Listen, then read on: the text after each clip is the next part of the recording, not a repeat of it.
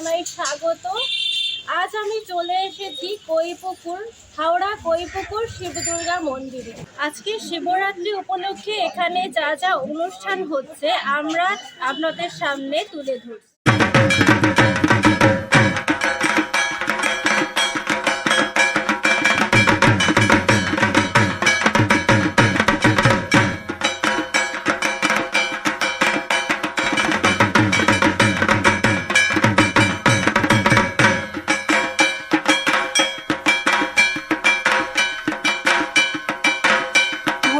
আজকে হচ্ছে গোটা পশ্চিমবঙ্গ কেন গোটা ভারতবর্ষের বুকে একটা অনুষ্ঠান, যে অনুষ্ঠানে বাড়ির মা বোনেরা আর কি না খেয়ে দিয়ে উপোস করে নানারকম জায়গায় বাবার মাথায় জল ঢালে। তো আমি চলে এসেছি হাওড়া কৈপুকুরেতে। সেই কৈপুকুরেতে দেখতে পাচ্ছি লম্বা লাইন মানুষের, যে লাইনটা মানুষরা হচ্ছে পুজো দিতে মায়েরা এখানে এসছেন এবং এটা লম্বা লাইনটা দেখাবো। এখন বিকেলবেলা বাজে, এখানে প্রচুর মানুষের ভিড়। এখানে বাবার পুজো হচ্ছে, আমি ক্যামেরা পাশে দেখাতে বলবো ঘুরিয়ে যে বাবার পুজোটা হচ্ছে, আমি দেখাতে বলবো।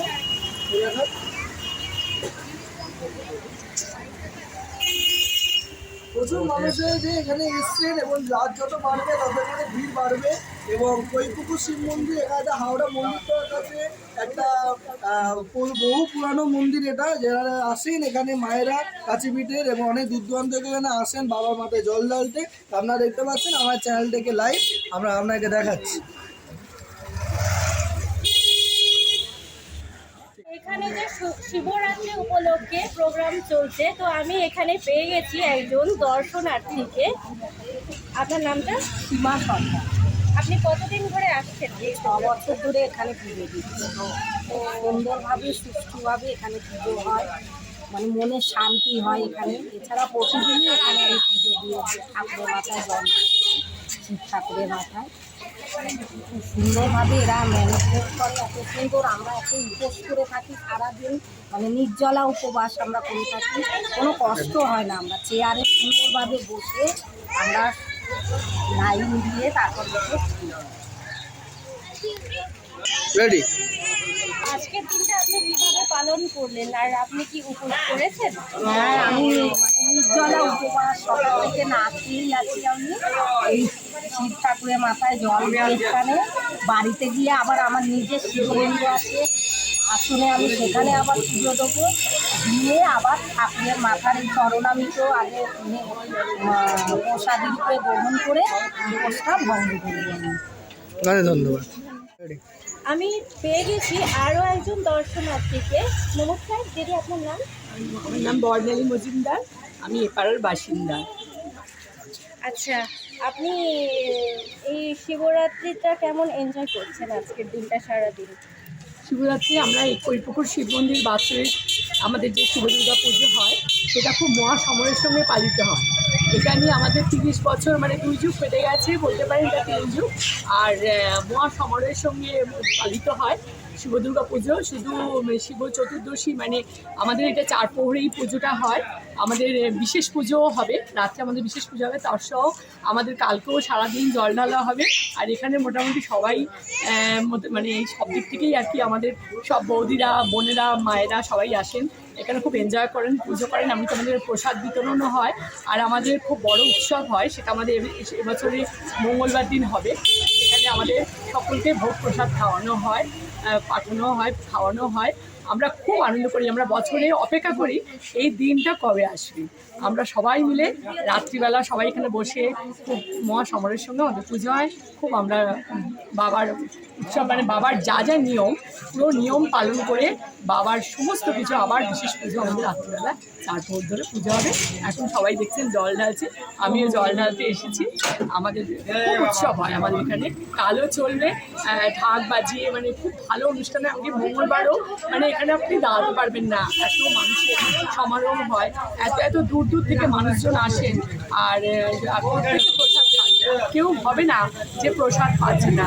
আমার এখানে আমার দেওয়ার ভাইটা আছে, অজয়, আজু, ওরাই মেন এখন পুজোটা আমার পাড়ার মধ্যে, ওরাই পুজোটা করে। হ্যাঁ, এটা আমার ছাত্রী ও পাড়ার মেয়ে আর কি।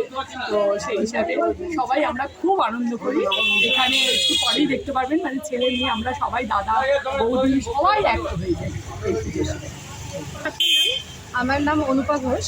ঠিক আছে, এটা আমার কাকুরই মন্দির, ওই যে উনি বললেন যে অজয় হারু, অজয় কাকু হচ্ছে আমার নিজেরই কাকু হয়। তো আমি তো প্রতি বছর মন্দিরেই আসি, এখানেই জল ঢালি। ঠিক আছে, এবার অনেক বছর ধরেই আমি এখানে জল ঢালছি। এই মন্দিরে তো দেখতেই পাচ্ছেন এখানে অনেক ভিড়। শিবরাত্রি আজকে তো হবেই, কালকেও আছে। তো এখন এখানে পুজো, হ্যাঁ, ভোগ বিতরণ মঙ্গলবার হবে, ওই দিনকে সবাই আসবেন, সবার আমন্ত্রণ রইল।